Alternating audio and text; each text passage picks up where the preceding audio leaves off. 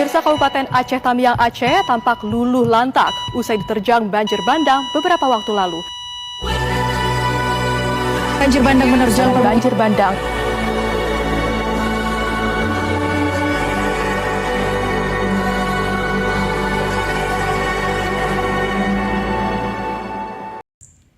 Assalamualaikum warahmatullahi wabarakatuh. Perkenalkan, nama saya Pina Asri Ardana dengan NIM B1B1230004.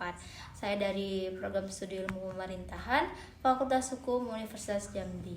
Baiklah, di sini saya sedikit menjelaskan mengenai konflik lingkungan dan strategi mitigasinya, yang mana saya membahas mengenai kasus kondisi miris Aceh Tamiang usai bencana dalam sorotan. Sebelum saya membahas tentang mengenai kasus kondisi miris di Aceh Tamiang, saya sedikit menjelaskan sebenarnya apa itu konflik lingkungan. Jadi, konflik lingkungan ini adalah pertentangan yang terjadi karena adanya perbedaan kepentingan dalam pemanfaatan sumber daya alam dan lingkungan. Yang mana konflik ini biasanya melibatkan masyarakat, pemerintah, atau akibat perusahaan, seperti kerusakan lingkungan, pencemaran, alih fungsi lahan, maupun eksploitasi sumber daya alam yang merugikan pihak tertentu. Sehingga yang mana dampaknya ini dapat berupa kerusakan ekosistem, gangguan kesehatan, dan juga hingga konflik sosial di masyarakat. Selanjutnya, apa itu mitigasi konflik lingkungan? Mitigasi konflik lingkungan adalah upaya untuk mencegah, mengurangi, dan menyelesaikan konflik yang terjadi akibat masalah lingkungan atau pemanfaatan sumber daya alam. Yang mana mitigasi ini dilakukan melalui kerjasama, dialog pengawasan, serta kebijakan yang adil agar kerusakan lingkungan dan perselisihan antar pihak dapat diminimalkan. Contohnya seperti mediasi antara masyarakat dan perusahaan, seperti reboisasi hutan serta pengelolaan limbah yang baik. Jika dikaitkan dengan teori konflik, maka mitigasi konflik lingkungan dapat dikaitkan dengan teori konflik, yang mana menjelaskan bahwa konflik muncul karena adanya perbedaan kepentingan dan perebutan sumber daya antar kelompok masyarakat, pemerintah, atau perusahaan. Yang mana oleh karena itu, mitigasi ini dilakukan untuk mengurangi pertentangan tersebut melalui komunikasi, kerjasama, dan juga kebijakan yang adil agar terciptanya keseimbangan kepentingan antar pihak. Jika dibahas mengenai kasus kondisi miris Aceh Tamiang tadi, konfliknya ini terjadi akibat konflik lingkungan dan sosial akibat bencana banjir bandang serta longsor yang melanda wilayah Aceh Tamiang, yang mana bencana tersebut menyebabkan kerusakan lingkungan yang cukup parah, seperti rumah warga yang rusak, jalannya terputus, serta terganggunya aktivitas masyarakat pada untuk waktu seperti waktu sehari-hari. Selain itu, muncul juga permasalahan terkait lambatnya distribusi bantuan, keterbatasan kebutuhan pokok, dan juga kondisi pengungsi yang memprihatinkan. Yang mana situasi ini menimbulkan ketegangan antara kebutuhan masyarakat korban dengan kemampuan pemerintah dalam menangani dampak bencana. Siapa saja yang terlibat dari permasalahan itu? Pihak yang terlibat dalam kasus ini yaitu yang jelas yang pertama adalah masyarakat Aceh Tamiang sebagai korban bencana, pemerintah daerah Aceh Tamiang, pemerintah Provinsi Aceh, BNPB, BPBD, relawan, tenaga kesehatan, serta organisasi kemanusiaan yang membantu proses evakuasi dan penyaluran bantuan. Dan juga media juga ikut berperan dalam menyoroti kondisi masyarakat pasca bencana agar mendapatkan perhatian yang lebih luas. Dan kapan permasalahan miris kondisi Aceh Tamiang itu Peristiwa banjir bandang dan longsor ini terjadi pada akhir November 2025, khususnya sekitar tanggal 27 sampai tanggal 28 November 2025, yang mana dampak bencana masih dirasakan masyarakat hingga awal Desember 2025. Karena banyaknya wilayah yang belum sepenuhnya pulih dan masih membutuhkan bantuan darurat. Dari permasalahan tadi, apakah ada aturan atau kebijakan yang terkait?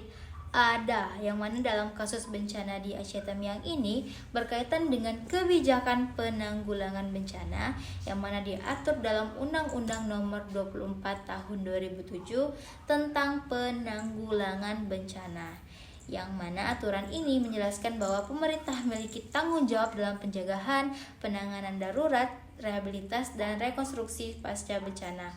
Dan juga selain itu, pemerintah daerah juga menetapkan status tanggap darurat untuk mempercepat penanganan korban dan juga distribusi bantuan.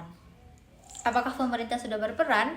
Pemerintah sudah berperan, yang mana melalui BNPB, BPBD, dan juga pemerintah daerah serta pemerintah pusat dengan menyalurkan bantuan logistik, evakuasi korban, pembersihan wilayah terdampak, yang mana hingga bantuan perbaikan rumah warga. Dan juga pemerintah ini bekerja sama dengan relawan dan tenaga kesehatan dalam penanganan pengungsi, yang mana masih aja dalam pelaksanaannya ini masih terdapat kendala seperti akses jalan terputus, distribusi bantuan yang lambat, dan juga beberapa wilayah yang mana sulit dijangkau sehingga masyarakat merasa bantuan belum merata. Jika dianalisis dampak, maka dampak yang pertama terkena itu pertama adalah dampak sosial. Dari permasalahan dampak sosial ini, bencana banjir dan longsor di Aceh Tamiang ini menyebabkan masyarakat kehilangan tempat tinggal, yang mana membuat kesulitan mendapatkan kebutuhan pokok dan juga terganggunya aktivitas sehari-hari. Banyaknya warga harus mengungsi dan hidup dalam kondisi terbatas. Selain itu, muncul trauma dan rasa khawatir di masyarakat akibat kerusakan lingkungan dan ketidakpastian kondisi pasca bencana. Selanjutnya, ada dampak ekonomi. Permasalahan dampak ekonomi ini, bencana mengakibatkan kerugian ekonomi yang cukup besar seperti rusaknya rumah, lahan pertanian, fasilitas umum, dan juga infrastruktur jalan. Aktivitas ekonomi masyarakat menjadi terganggu karena akses transportasi terputus dan sebagian masyarakat kehilangan mata pencahariannya. Sementara itu, pemerintah juga harus mengeluarkan biaya besar untuk penanganan darurat dan pemulihan wilayah yang kena terdampak. Selanjutnya ada permasalahan dampak politik, yang mana peristiwa ini menjadi sorotan publik terhadap kinerja pemerintah dalam penanggulangan bencana, yang mana masyarakat menilai bagaimana kesiapan pemerintah dalam memberikan bantuan dan menangani korban secara cepat dan merata. Jika penanganan dianggap lambat atau kurang efektif, hal tersebut dapat menurunkan kepercayaan masyarakat terhadap pemerintah daerah maupun pusat. Terus, jika dianalisis aktor, siapa saja aktor yang terlibat dan juga perannya secara singkat. Maka siapa saja aktor yang terlibat? Yang pertama adalah pemerintah, yang kedua adalah masyarakat, yang ketiga adalah perusahaan atau swasta. Yang mana dijelaskan melalui perannya, maka pemerintah daerah atau BNPB, BPBD, TNI, dan instansi terkait berperan dalam penanganan bencana seperti evakuasi korban, penyediaan bantuan logistik, pelayanan kesehatan, dan juga pemulihan infrastruktur dari kondisi masyarakat pasca bencana. Yang kedua, ada masyarakat, yang mana masyarakat berperan sebagai korban sekaligus pihak yang membantu proses gotong royong, evakuasi, dan pemulihan lingkungan. Dan juga masyarakat juga bekerja sama dengan relawan dalam menjaga kondisi pengungsian dan membantu sesama korban. Selanjutnya, yang ketiga ada perusahaan atau swasta. Dalam kasus ini, dalam permasalahan di Aceh Tamiang ini tidak disebutkan secara langsung keterlibatan perusahaan tertentu dalam berita. Namun, beberapa perusahaan atau pihak swasta dapat berperan melalui bantuan sosial, donasi, maupun dukungan logistik untuk membantu masyarakat terdampak bencana, seperti makanan, pakaian, dan kebutuhan darurat lainnya.